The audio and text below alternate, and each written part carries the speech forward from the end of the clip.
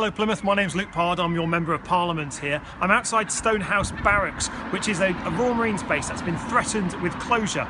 In 2015, in the general election, the Conservatives promised to keep this base open. They changed their mind after they won that election. Now I'm your MP, I'll be fighting to keep this base open and keep those Royal Marines here in Plymouth. Today I've had Near Griffith, who's Labour's Shadow Defence Secretary here in Plymouth.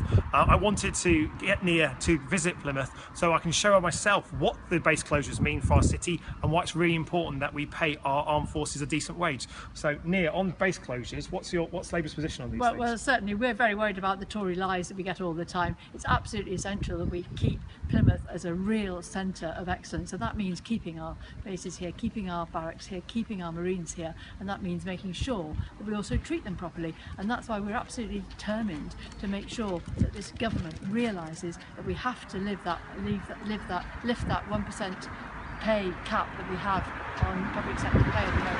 That's why we, as the Labour Party, put forward a motion in Parliament to raise that cap to pay people properly, and yet every single Tory MP, including the Tory MPs for Plymouth, voted that down. In other words, they were saying no to our armed forces, and I think that's an absolute disgrace. And I'm just so glad to be here with Luke today, because I know he's going to stand up properly for Plymouth and actually speak up for the armed forces here. That's great. It was one of my first votes in the House of Commons when the public sector pay cap was there, and it wasn't just about paying our doctors, nurses, the brave firefighters that went into Grenfell Tower, or the police officers that tackled the terrorists in London Bridge. It's about paying our armed forces a decent wage. And when there's a pay cap of 1%, which means no pay bodies can award more than 1%, it means each and every year all our public servants and public sector workers, whether they're in the military, whether the police, firefighters, social workers, whatever it may be, have a real terms pay cut. Now, I voted to lift that. All the other Plymouth MPs voted to keep that pay cap in place. Now, I've only been an MP for about 5 weeks now, I think.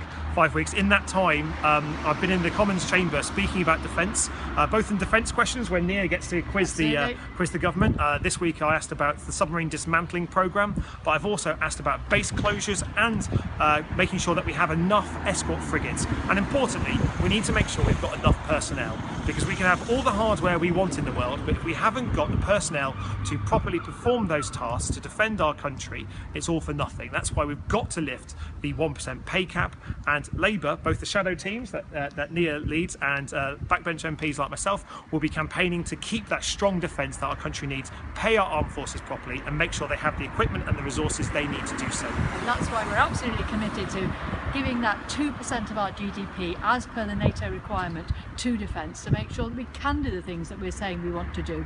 And that's why it's so important that people should recognise that and understand that we are absolutely 100% behind our armed forces and want to see them paid properly.